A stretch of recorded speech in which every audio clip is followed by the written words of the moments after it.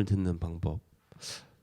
그 보통 사람들은 뭐 이렇게 하나님께서 이 대학에 가거라, 아니면 저 회사에서 한 3년 동안 일하다가 B라는 회사로 전직하거라, 이렇게 음성을 듣기를 원하는데, 사실 그러면 뭐 하나님 믿으면 실패 없을 거고, 그럼 사람들이 이렇게 저 사람은 하나님 믿어서 성공해서 쫙 모시잖아요.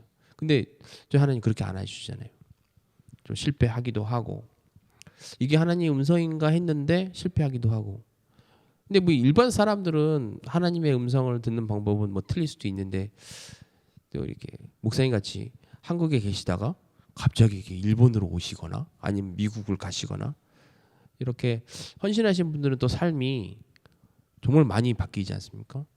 근데 그럴 때마다 하나님의 음성을 이렇게 듣는 방법, 좀 특별한 게 있을 것 같은데 어떻게 해주실까요? 하나님의 음성을 듣는 법이라고 하는 그런 주제로 된 책들이 굉장히 많아요. 맞죠. 굉장히 많고 관심이 많고. 근데 먼저 드는 생각은 뭐냐면, 하나님의 음성을 들으면 그 다음에 어떻게 할 건데? 라는 생각이 있어요. 솔직하게. 정말 순종할 건가? 안 그래요.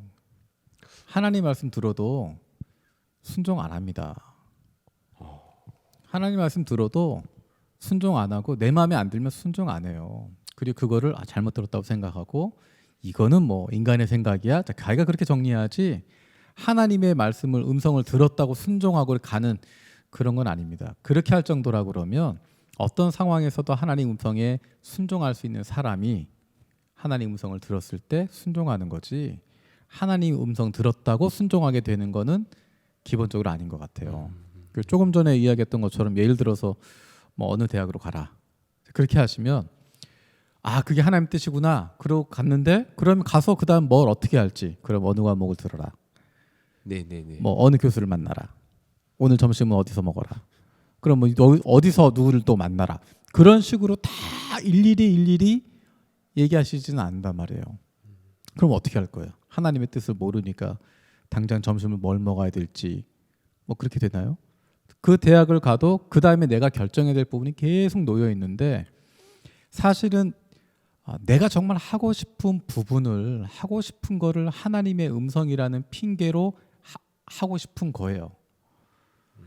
이제 그런 마음이 먼저 있으니까 하나님의 음성을 못 듣게 되는 경우가 많은 것 같고요.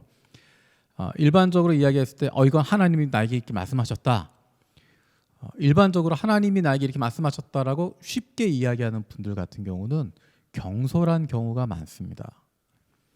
그게 정말 하나님이 말씀하신 건지 아닌지 잘 모르잖아요.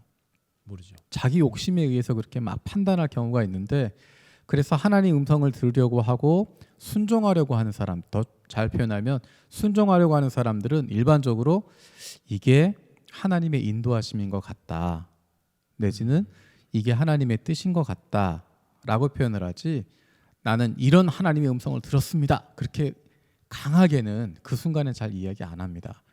지나고 나서 그때 그 말씀이 하나님의 음성이었습니다 라고 고백을 하는 거지, 그 자리에서 그냥 그렇게 단정적으로 이야기하는 거는 굉장히 위험하다고 생각해요. 저 같은 경우는 하나님의 음성을 듣는 법, 이렇게 뭐 그 목소리로 해서 야 석표야 어디로 뭐 해라, 어디로 가라, 그렇게까지는 얘기는 안 하시는데, 이건 정말 하나님이 나를 부르시는 거구나 라고 하는 걸 느끼는 타이밍이 여러 번